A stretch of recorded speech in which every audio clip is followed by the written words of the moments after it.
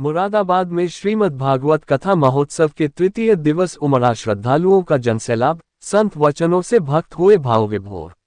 मुरादाबाद सम्राट अशोक नगर स्थित श्री महाकालेश्वर बालाजी धाम मंदिर ट्रस्ट द्वारा आयोजित 7 दिवसीय श्रीमद् भागवत कथा महोत्सव के तृतीय दिवस श्रद्धालुओं की भारी भीड़ उमड़ी। कथा पंडाल भक्ति, श्रद्धा और आध्यात्मिक ऊर्जा से सराबोर रहा। बड़ी संख्या में श्रद्धालुओं ने कथा श्रवण कर धर्म लाभ प्राप्त किया। कथा व्यास पूज्य स्वामी श्री वैराग्यानंद गिरी जी महाराज ने अपने प्रेरणादायी प्रवचनों में कहा कि मनुष्य जीवन बड़े सौभाग्य से प्राप्त होता है और इसे प्रभु भक्ति, सेवा तथा सत्कर्मों में लगाना चाहिए। उन्होंने कहा कि धन, वैभव और सांसारिक सुख क्षणिक हैं, जबकि भगवान का नाम और अच्छे कर्म ही जीवन के अंत तक साथ रहते हैं। महाराज श्री ने कहा कि कलयुग में भगवान के नाम का स्मरण ही सबसे बड़ा साधन है। जो व्यक्ति सच्चे मन से भगवान का स्मरण करता है, उसके जीवन के अनेक कष्ट दूर हो जाते हैं।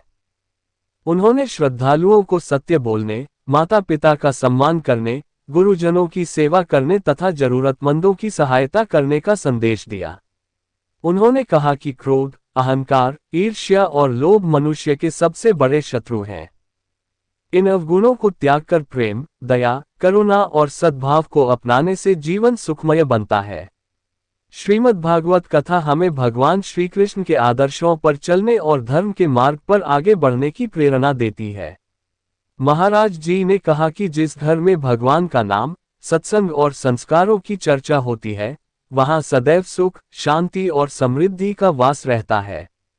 उन्होंने युवाओं से भारतीय संस्कृति और सनातन परंपराओं को अपनाने का आह्वान करते हुए कहा कि संस्कारवान पीढ़ी ही राष्ट्र का उज्जवल भविष्य बनाती है।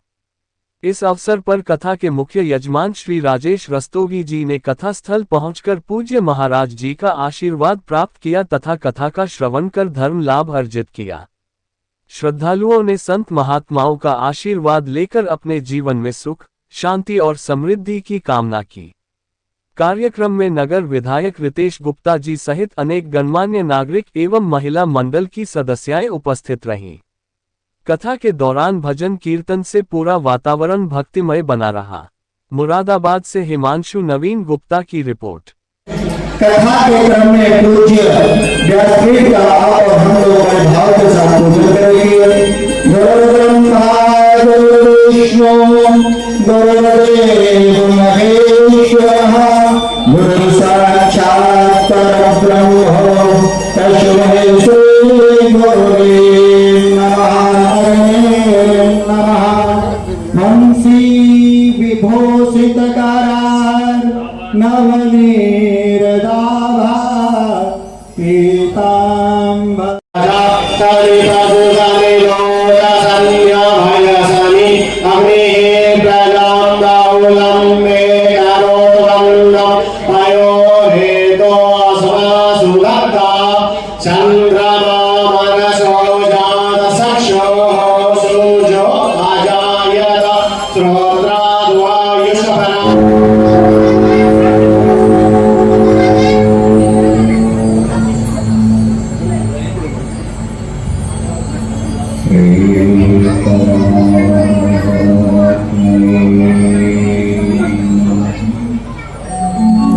सुखदेव जी का जन्म कैसे हुआ, सुखदेव जी कैसे अमर हुए, कैसे उनके अंदर भगवान सत्ता, भगवान का चिंतन, कीर्तन, श्रवण, भगवान के द्वारा जिस पक्षी ने कथा सुनी हो वो भी भगवान देवादिदेव भगवान भूतेश्वर सदा शिव के थे।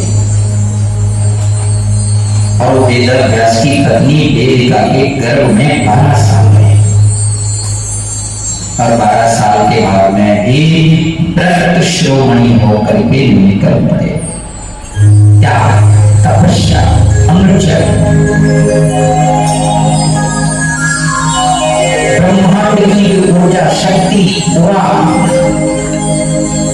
जो ज्ञान की नवी बातें हैं, पल्लवित और पुष्पित होते हो, जिन्हें दिखा कि केवल सत्ता है तो नारायण की, केवल जीवन में अगर कुछ है तो वो है श्री हरि नारायण गोविंद राम शिव ब्रह्मा विष्णु महेश कभी कभार देखना, कभी कभार हमारी बुद्धि निगेटिव विचारों की ओर जब भागती है तो हम विचलित हो जाते हैं, और जो नहीं कहना चाहते हो वो भी,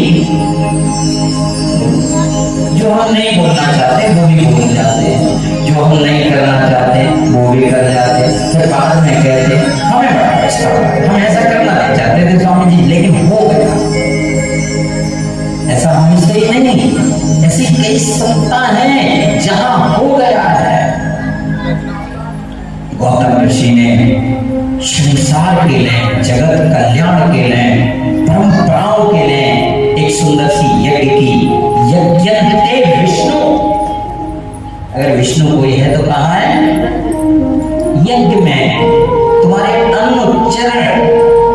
यज्ञन्ते विष्णु, ते यज्ञ है विष्णु, यज्ञ ही विष्णु है। और वो यज्ञ की प्राणिष्ठा मेरे भारत के एक ऋषि ने की।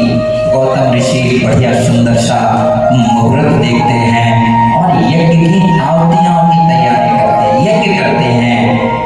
और उस यज्ञ में बड़े बड़े देवता आए हैं, ऋषि मुनि, यक्ष, नाग, सारे लोगों का आगमन हुआ। और जैसे सारे लोग आते हैं तो उस यज्ञ की सत्ता में बड़े बड़े ऋषि मुनि ज्ञानी आए हैं। यज्ञ को सजा दिया गया, ध्वजा पताके, ऐसा लग रहा है कि कुछ यहाँ मंगल कार्य होने वाला है, यहाँ मंगल होगा। इसलिए हमारे यहाँ कहते हैं मंगल भवनय मंगल हरि द्रवो सुद सुद अजय बिहारी।